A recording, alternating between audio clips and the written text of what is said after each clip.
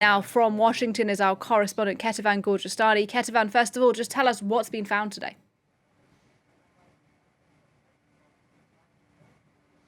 Well, a small number of documents that are possibly classified documents were found in Joe Biden's private residence of Wilmington, Delaware. They were found mostly in the garage, and one other document was found in a nearby room. So that is what we know so far about what was found in the second batch of documents, which was reported yesterday, the White House only confirming it this morning. The president just minutes ago addressing the issue, saying that he takes classified documents extremely seriously, that he is cooperating with the Department of Justice and with the National Archives, and that basically after that first batch was found back in November, he ordered a review of all his residences, and that review had been going on, and it was completed according to the president yesterday. And so these documents were found. They were immediately notified. They immediately notified the National Archives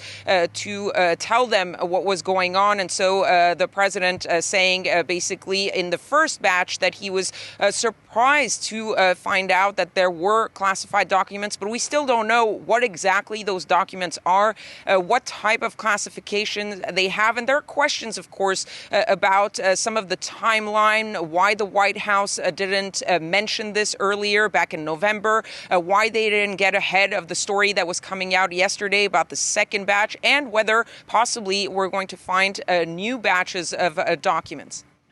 Ketavan, obviously there's much we still don't know at this point, but politically, why is this issue such a big deal for the White House?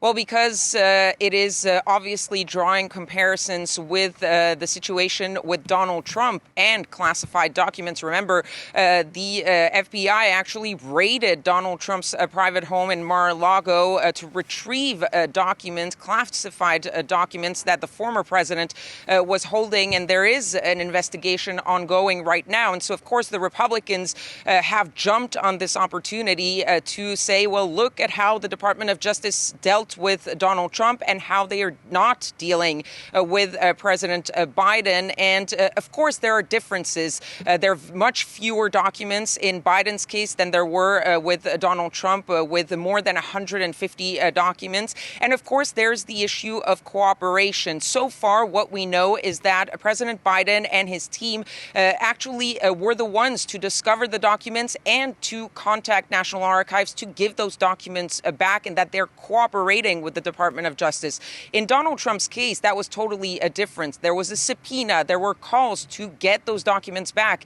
And the president tried to block that retrieval and even tried to find excuses for why he had those documents and why he should not have to give them back and why he had to classify them. So similarities, but also differences. But for the Republicans, this is political gold because they can go on the attack on President Biden and on the Department of Justice. And that's really the key there. What is the Department of Justice going to do? There is supposed to be a press briefing by the Attorney General a little bit later on today, and we'll see whether he addresses the situation and what he is going to do about it.